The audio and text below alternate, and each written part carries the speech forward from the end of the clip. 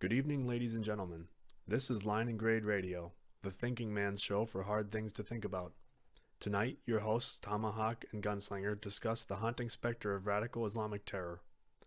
So I got the idea for this project last night when I was doing some research on Islamic terrorism in the U.S. Now, there hasn't been very much, if any, Islamic extremist terrorism perpetrated in the U.S. By individuals who came from outside of the country, at least since 2001.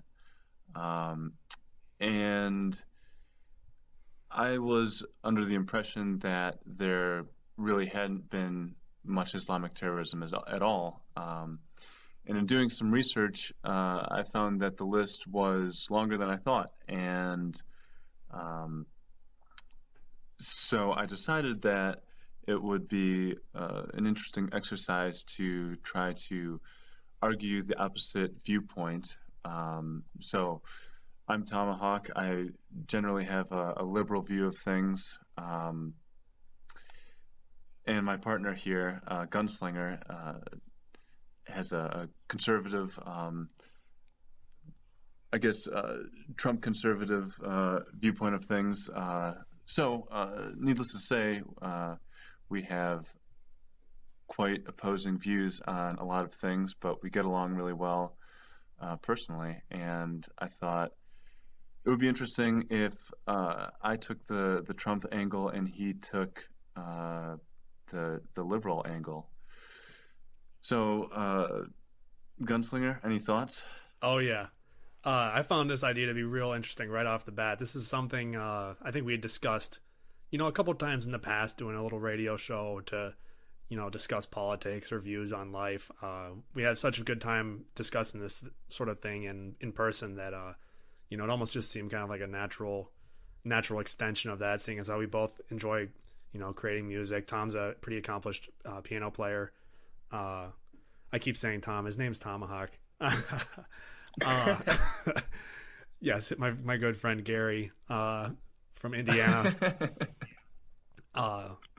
Anyway, yeah, this is an issue that is obviously very heated, and also one that is almost a source of cognitive dissonance, I would say, in my own mind, and I'm sure in a lot of people's minds.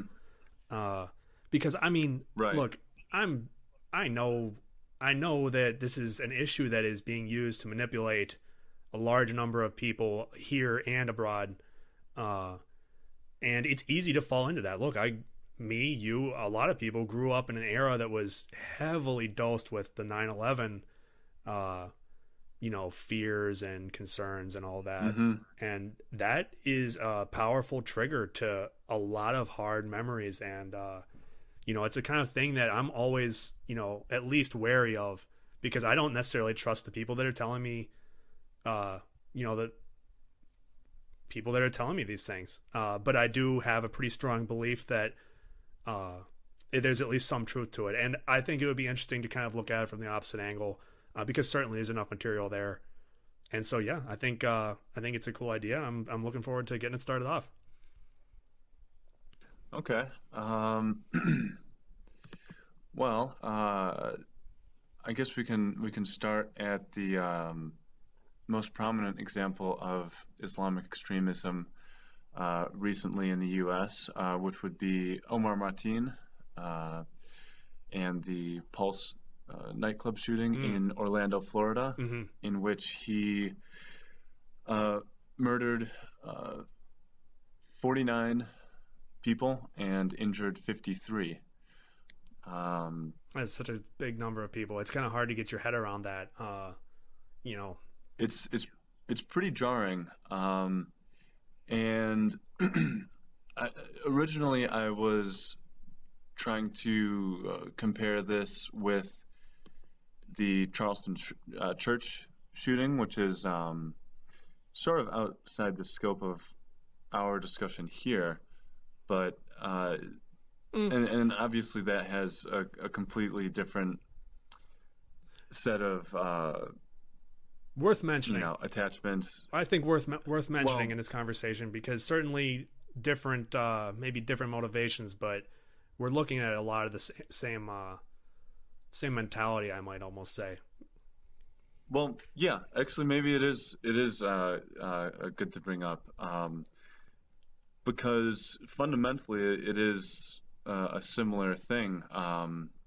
Self-radicalized individual um, acting against a group that they see as a threat to their own identity.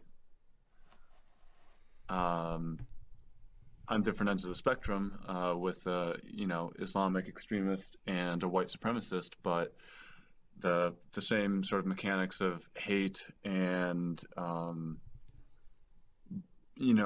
basically adopting an extreme ideology.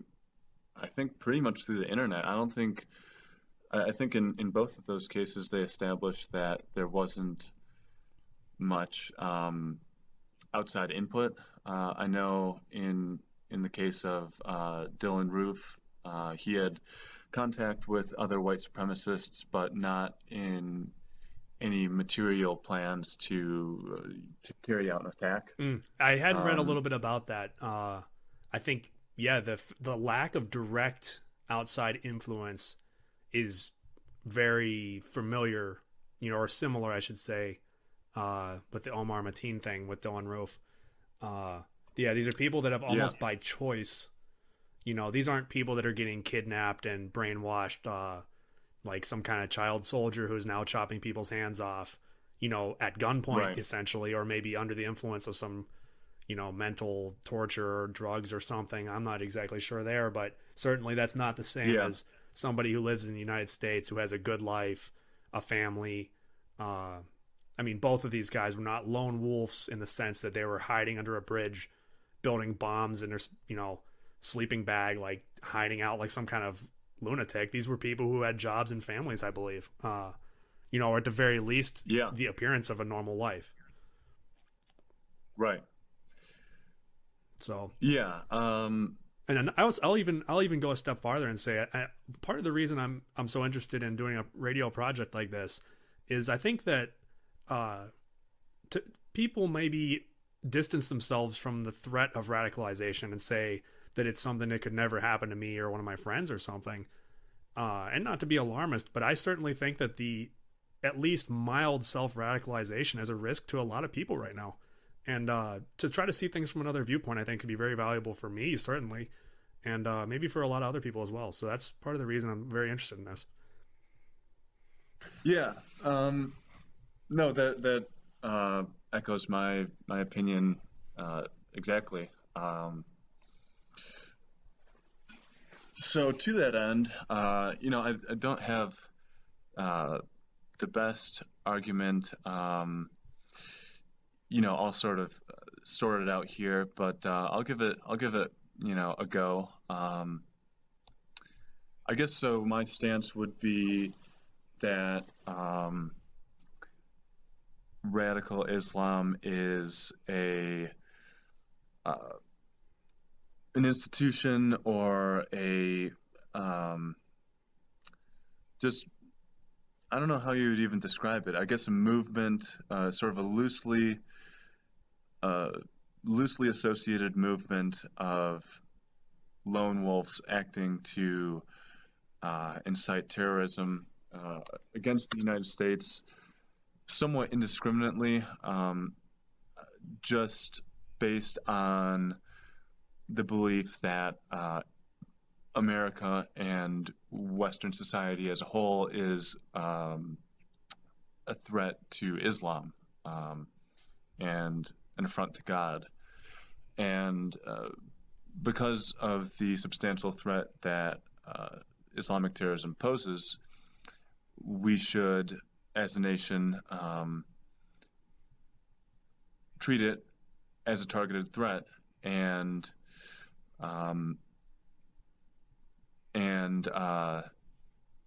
if that means racial profiling or additional screenings at airports, or cutting off or reducing the influx of people from certain countries that where it's been proven that these views are widely held.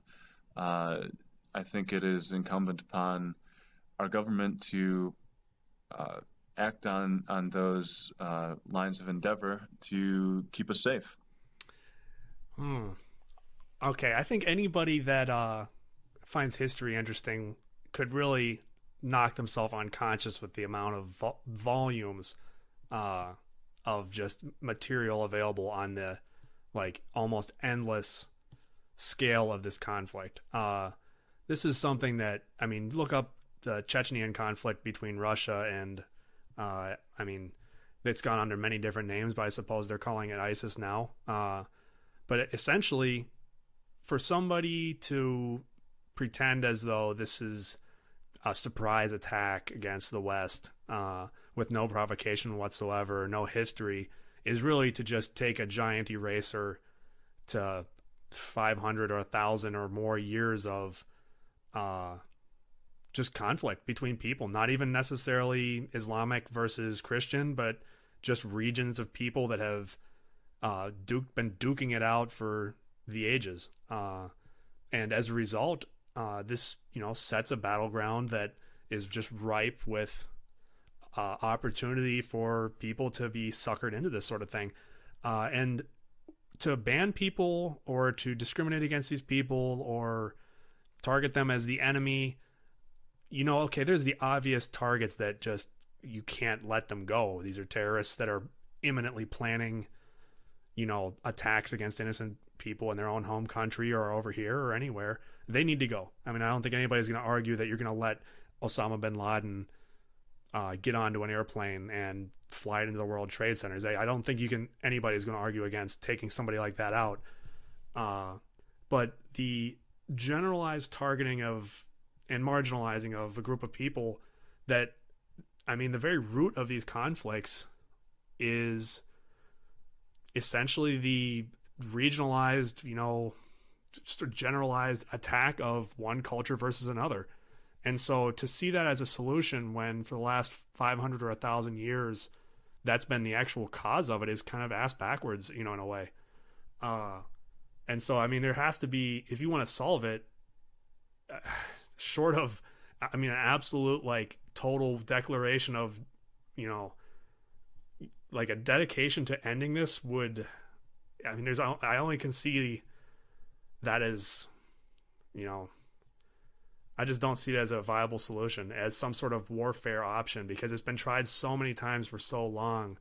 And the end result, I mean, you can even just look at the 1970s, Russia versus Afghanistan. It's the exact same thing that the United States has been doing for the last 15 years. I don't see that as a viable solution. So if it's so you mentioned historical context dating back 500 to 1,000 years, and if we go back 1,000 years, we can see when Christianity with the Crusades was doing a lot of the same things that Islamic State is doing today. You know, murdering indiscriminately just based on you know believers versus non-believers. Uh, the difference, though, is that as Western society has developed, Christianity, Judaism, uh, these religions also changed and adapted. And to a large part, Islam has as well, but there are huge populations that are still stuck in that old era of thinking. And to, I mean, maybe to get at your point and twist it another way, if we've been trying to fight Islam, or if we've been trying to, I guess a better way to put it would be, we've been struggling with Islam in the 1970s, in the 2000s, continually. Is it is it an intelligent conclusion to say that the problem couldn't possibly be with Islam itself if we keep having these problems recurring over and over again. And granted, there are so many Muslims that are great, loving, productive people, but it's not too much of a stretch to establish the mechanism by which someone of this faith takes a widely professed radical view and turns and inflicts harm on United States citizens. Yeah, it's definitely, the pattern is there. I mean, that is a conflict that's been going for too long to say that there's no pattern. But I would say that the solution, immediately jumping to the sword or the gun or the bomb or whatever the mechanism of pacifying a group of people is going to be, I don't know that the military option is the way that's going to work. I would be interested to learn more about, I believe there's some pretty extreme, semi-religious, just general extremist activity going on in Northern Ireland between the British and Irish, I think Catholic and Protestant ideologies at one point in time, maybe going for about 70 years or something, varying levels of intensity. I would like to see, how did that finally peter out? Is that still smoldering in the ashes? What was the solution there? I know there was certainly some sort of armed conflict with people being killed on either side, with, I would probably describe as terrorist activities.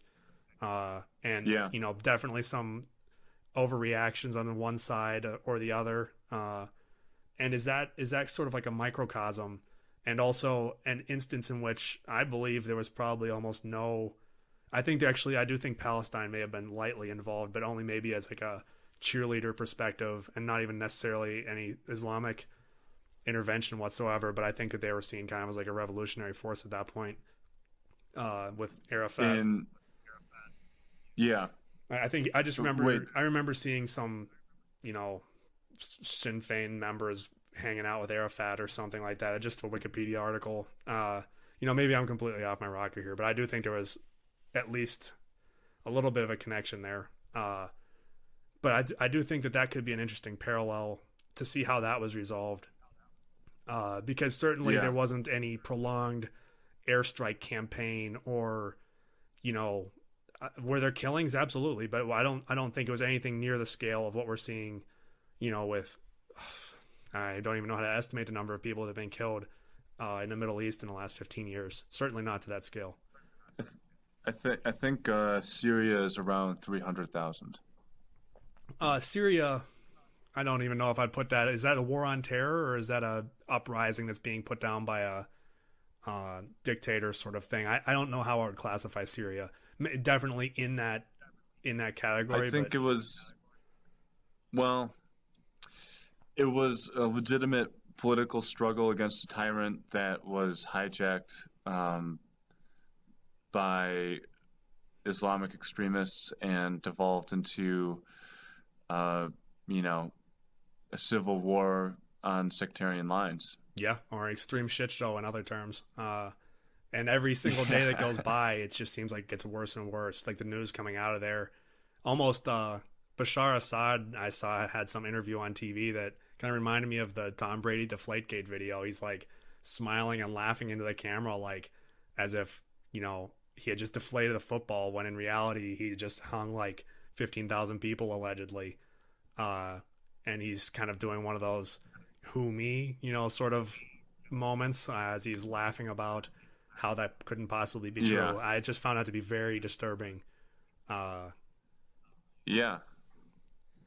I mean, the guy is the worst kind of human ever.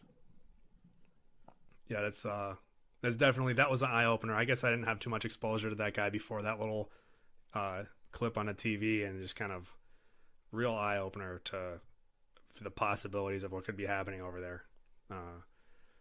And really also, I would say, an eye opener to how damaging this radicalization can be to everyone. Because had this civil war maybe been able to maintain its legitimacy, would we even be having a question about who we could support responsibly? Having this thing being hijacked by people who are claiming to be proponents of Islam or whatever you want to call it, having this be hijacked in this way has completely cut off, the support of the United States. We're looking at siding with Russia at this point. I think is the way we're going to go. We are now going to be doing a 100% reversal, like a complete exact 180 in the opposite direction. Yeah. And man, oh man. Yeah. But that also means tacitly siding with Iran, which is not something that, Trump administration wants to do. So it'll be interesting to see whether they like Russia more or hate Iran more. Oh man. It's a tough one. Or find some way to just piss both of them off and make things every way worse. But wait, no, I support Trump. That's right. I'm hearing your true colors momentarily shining through here. It's hard for me to even support that one. In no way am I thinking this is a good situation. Now hold on. Now what am I supposed to be saying here? If this is a good thing, I forget what side that this is supposed to be on here.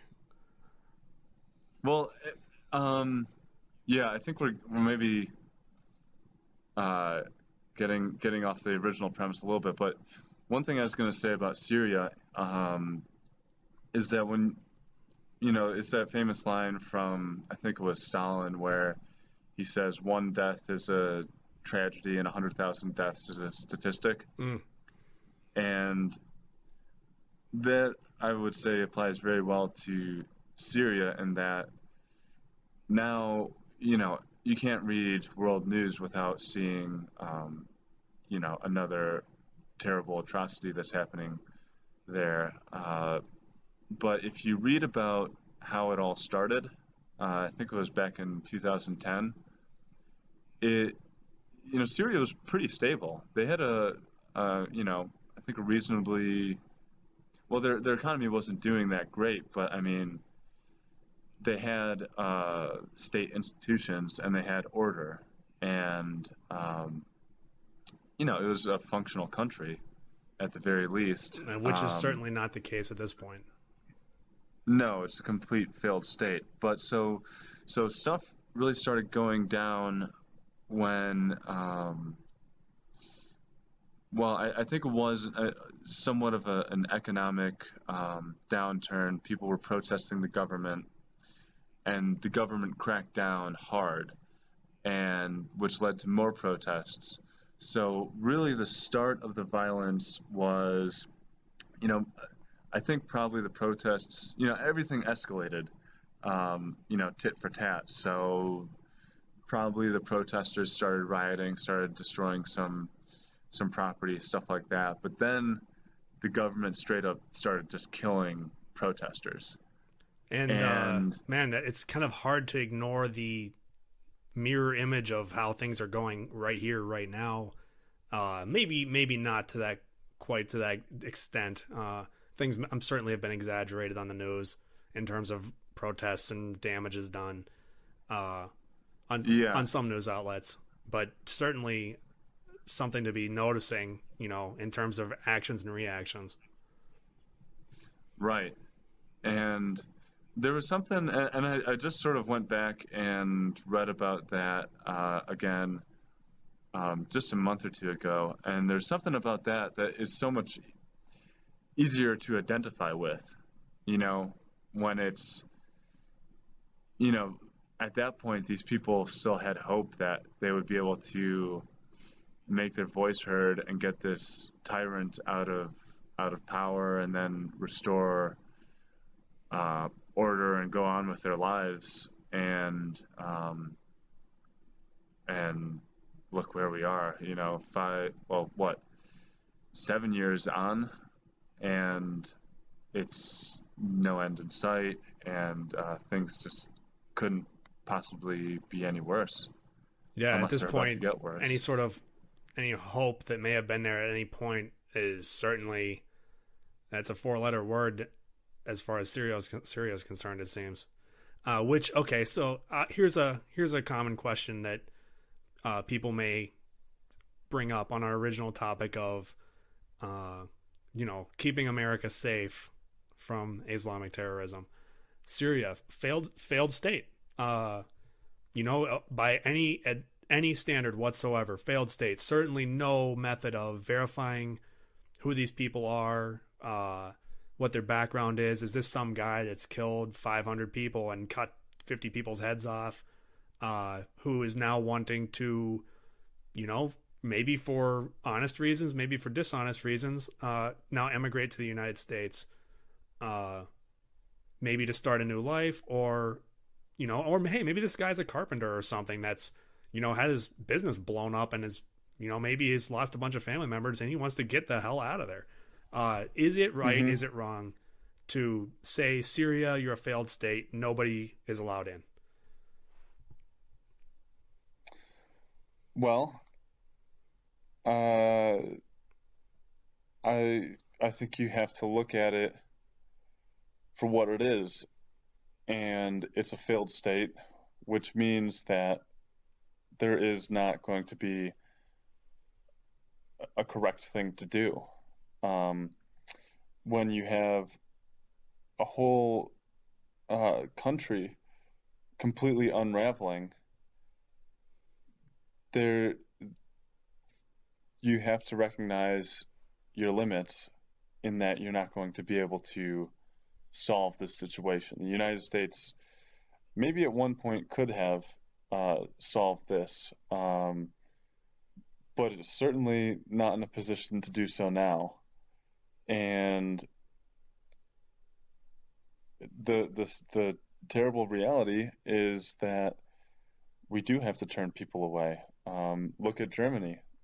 They took hundreds of thousands of migrants. I'm not sure exactly how many, maybe up to 1 million, mainly from Syria, but I think also from Yemen and northern Africa. And they've had plenty of problems themselves. Look at the Christmas market bombings. You have numerous examples in France, just next door, with Nice attacks, the Paris attacks, Charlie Hebdo attacks.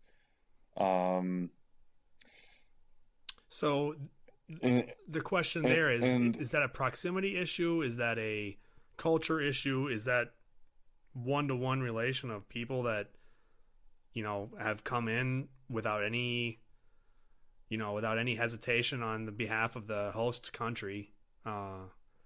These people were sneaking in, or is this something? I don't know enough about these attacks, and the perpetrators. I shy away from even learning their names, partially because there's only so much nasty news around the world that you can really internalize. And like, you had said earlier, one fatality is a tragedy.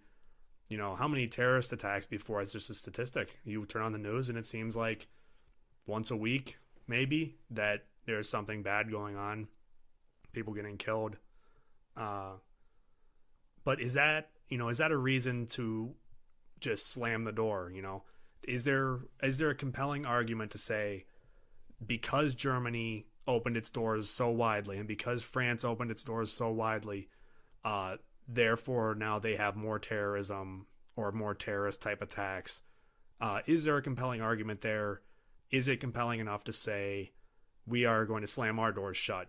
The knee-jerk reaction, maybe you have 5% more terrorism. Is that what it would be? And is that enough to say we are slamming our doors shut? I don't know. I don't think that that's a legitimate. I think you would have to look at it and you'd have to know the answer to that, and that would be where I would take my answer from. Well, what is the function of government to begin with? It's to do everything possible to keep its citizens safe. Can you say that Germany did everything it could to keep its citizens safe in opening the door to anyone from these countries to just come in? Well, in a tactical sense, maybe no. Maybe you could say that they did things that directly contributed to people being killed.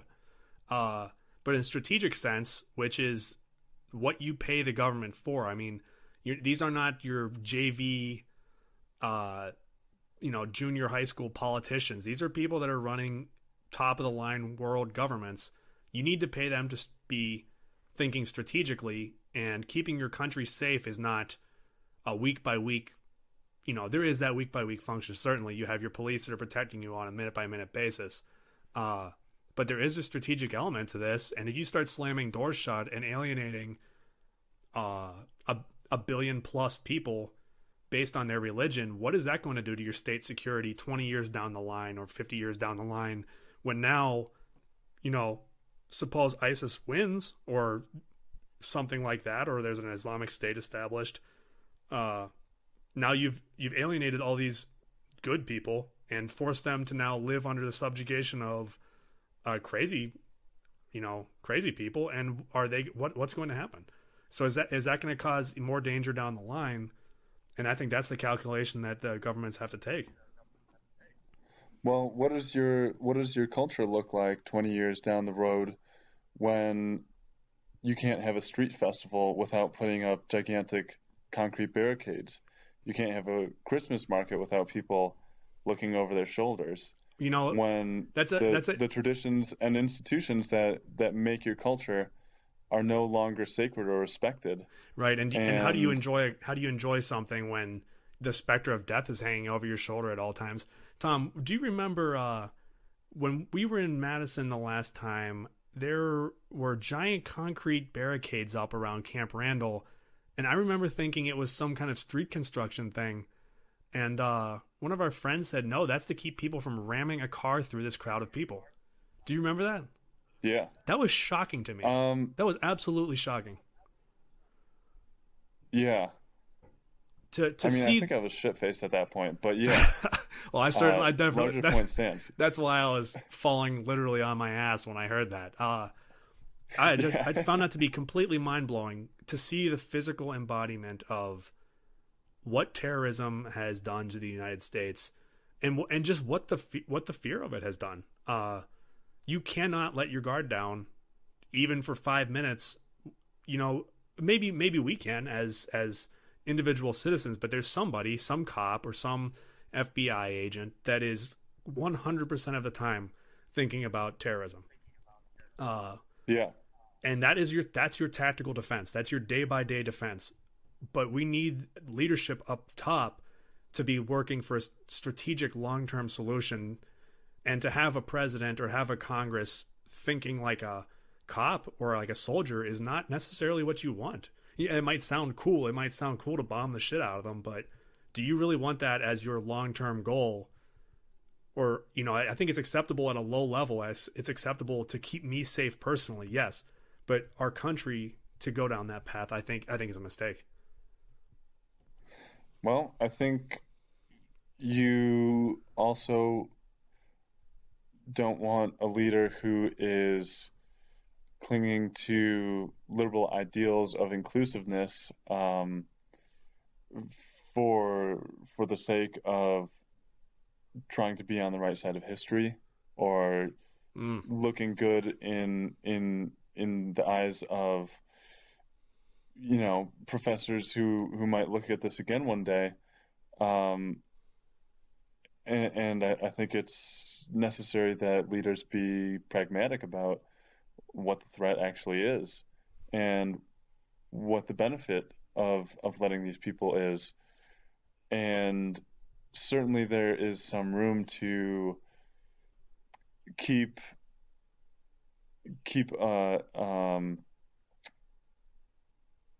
I think there's definitely a need to maintain relations with the Muslim world as good as we can, but if we're just letting them in, then we're opening ourselves up. So business relationship, professionalism. Uh, but I just don't know if that goes far enough. To alienate a group of people in a way that this is not me being afraid as I'm walking down the street and seeing concrete barriers and saying, "Oh, wouldn't it be scary if someone rammed a car into me?" This is me telling somebody, "Hey, I know that you might get blown up tomorrow, but sorry, like better you than me." And to say that with a straight face, like you have to be in an abstract mindset. You can't say that to somebody's face. Uh, I know I know what American people are like. I know what most of the people I know are like. These are people that would probably be punching your windshield out trying to save you out of a burning car, at any risk to themselves. They're typically we are good people. I know that. And then somehow, like with that, the statistic thing, all of a sudden, we start to dehumanize. I think to some degree, and is that a good idea? I don't know.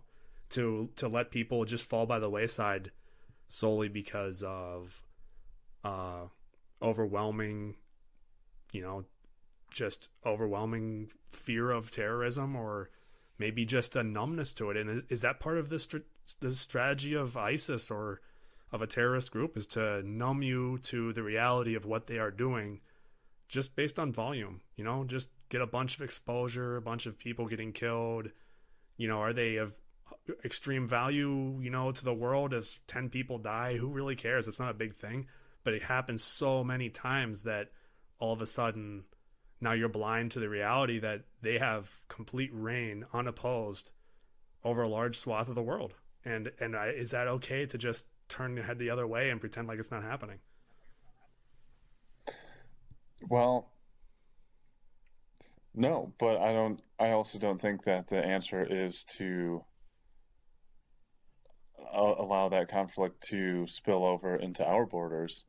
So let me take another angle here. Okay. Just think about the people that we are letting in. It's not like it's Western society letting in the Muslims. It's the Muslims coming in have their own sectarian issues amongst themselves that actually probably in most cases are stronger.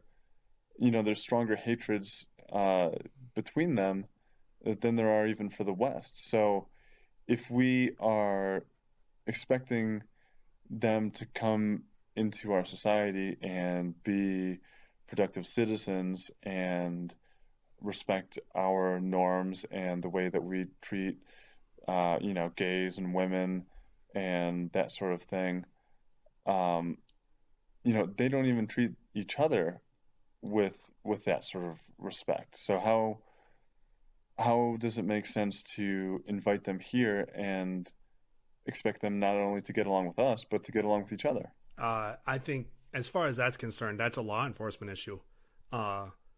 If people come here, and it would be the same as if we had a KKK problem again in this country, or as if we had white supremacist uprisings. That's law enforcement. I think that we establish a very clear set of laws. You don't beat women in the street for any reason whatsoever. You're not throwing gay people off the roof of a building. I think that's not a Muslim issue necessarily. I mean, certainly that does happen, and you do see things that will absolutely shock even the most, cold-hearted person could watch something like that and just be mind blown to see something actually occurring in today's day and age that just seems very barbaric. But I see that as a law enforcement issue, and if that needs to be communicated more clearly to some groups of people, maybe, if there's issues, it needs to be addressed. But I don't think that's grounds for an outright ban. I think people can come here and they'll have to learn to accept our ways. But you're assuming that we don't already have a law enforcement issue. I mean, I'm talking to you from Chicago, where just earlier this week, or maybe it was even yesterday, two 9-year-old girls were shot in the face on separate occurrences. And so, are you saying that it would be a good idea to bring in tens of thousands of refugees, stick them in neighborhoods that are inevitably going to be impoverished? Right, because we both know they're not going to be going to Beverly Hills or, Vermont or some very nice place. That's never happens. That's just not going to happen. You're right. They're going to be in Chicago. They're going to be in the Twin Cities. They're going to be in the north side of Milwaukee. That's a matter of fact.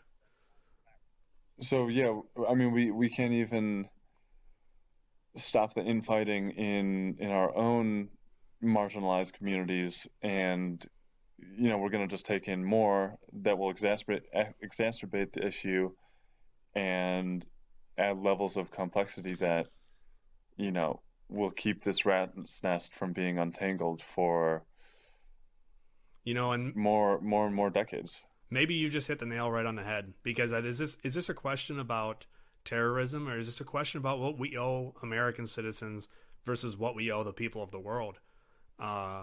Because that's something I think anyone should ask themselves, is if we can't even provide a good, safe haven, or even a ability to have a safe, life in our country as it is now, do we need to be bringing more people in, period? I mean, even if they're the most civilized people on earth, this is, you could be bringing in the cream of the crop.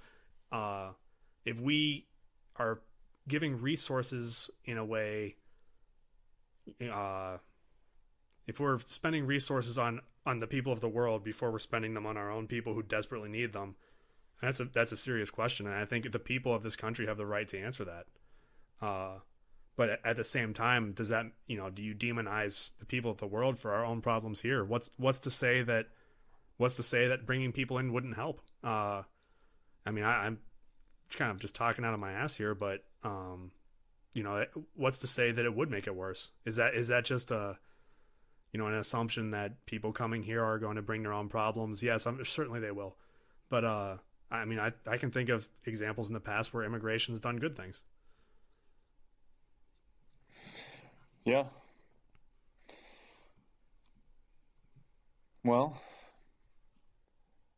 I'm definitely still voting Trump. Oh, I know I'll never convince you to vote against Donald. I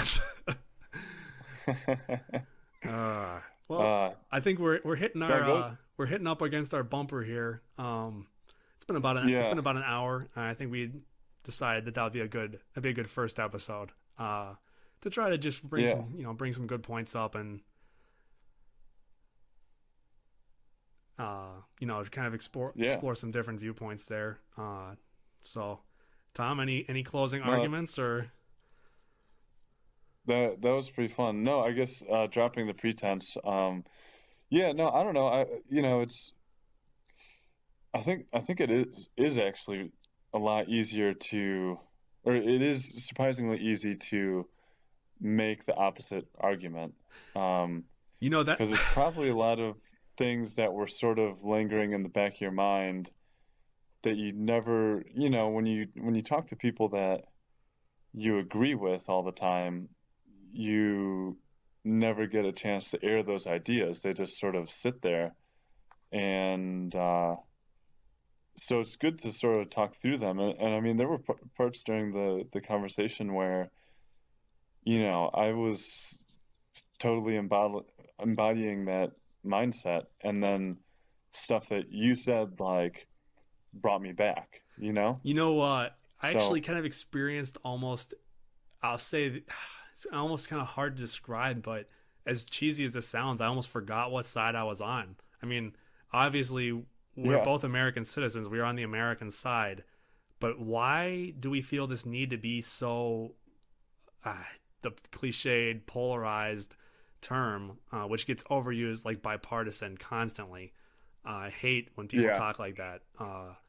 But really, it was there was that moment of, what side am I arguing? Like, what am I talking about here? Am I saying I want 2 million people coming to the United States, or am I saying that I want to slam the door shut, or what?